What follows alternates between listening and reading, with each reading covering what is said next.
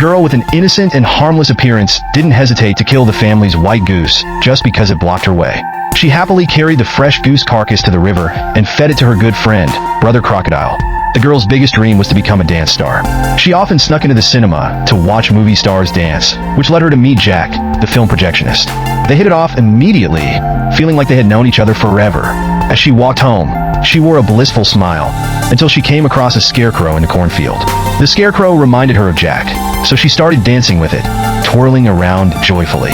At the peak of her excitement, she kissed the scarecrow and realized she had fallen in love with Jack. She frequently snuck out at night to meet Jack, but her unusual behavior was soon noticed by her mother, who scolded her harshly. The mother reminded her that she was already married. Her husband was away serving in the army, but the girl didn't care at all. Furious, her mother slapped her across the face. Enraged, the girl shoved her mother into the fireplace. The flames quickly engulfed her, and she was burned alive. The girl's paralyzed father watched helplessly, unable to stop the horror unfolding before him. Barely clinging to life, the mother was dragged into the basement by the father.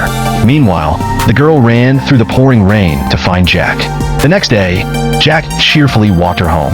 As they reached her house, she suddenly remembered her paralyzed father. She hurried inside and fed him a spoonful of poison. By the time Jack entered to greet him, the father was already unresponsive. Though the girl tried desperately to cover up the situation, Jack sensed that something was wrong. The untouched three-person dinner on the table, the decaying roasted pig at the doorway, and faint signs of a struggle. Before he could piece it all together, the girl excitedly pulled him toward the barn to show him her cows and sheep. But Jack felt uneasy and he decided to leave, making up an excuse.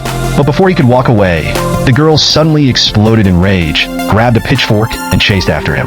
Jack, sensing danger, instinctively started his car and drove away, spitting blood as he went. However, he hit a rock, forcing the car to stop. The girl caught up to him, yelling furiously. Finally, she drove the pitchfork straight into his body, killing him on the spot. Then, as if nothing had happened, she calmly walked back home.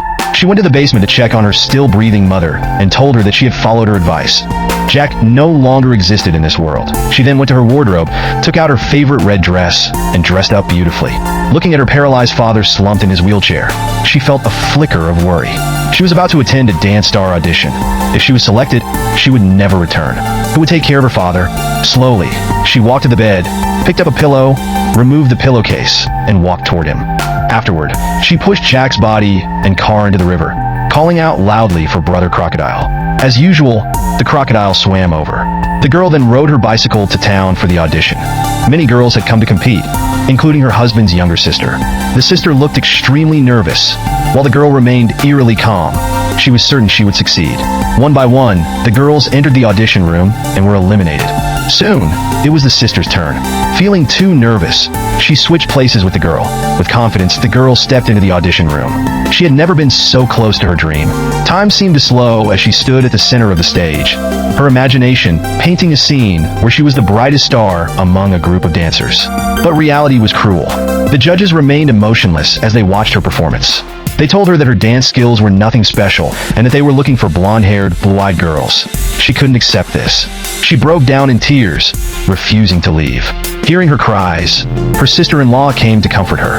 But when the girl saw the sister's golden hair and blue eyes, a sinister thought took root. She tricked the sister into coming home with her. As soon as they arrived, the sister felt that something was off. The decaying roasted pig was still outside. Why hadn't anyone cleaned it up? But she didn't think too much about it, focusing on comforting the girl instead. Then, the girl whispered that she had a secret to share. The sister, completely oblivious to the danger, assured her that she would keep the secret safe. The girl finally confessed everything. How, in her husband's absence, she had fallen for another man. How her mother had forbidden the relationship, leading her to kill her in a fit of rage. How Jack had suspected something, forcing her to silence him forever. As she spoke, she suddenly realized that the person listening was her husband's sister. Trying to justify herself, she added that she actually loved her husband. By now, the sister was absolutely terrified. But she forced herself to smile and pretended everything was fine. She made an excuse to leave, promising to keep the secret. However, the girl then asked, "Was the chosen girl you?" The sister denied it, but the girl didn't believe her. With no other choice, the sister lied and said yes. She then tried to walk out calmly, but the girl soon followed, wielding an axe. Panicked, the sister screamed for help as she ran, but she tripped and fell. The girl immediately swung the axe down, killing her on the spot. Afterward, A deep loneliness consumed the girl. She carefully arranged a dinner table, placing her parents' corpses in chairs as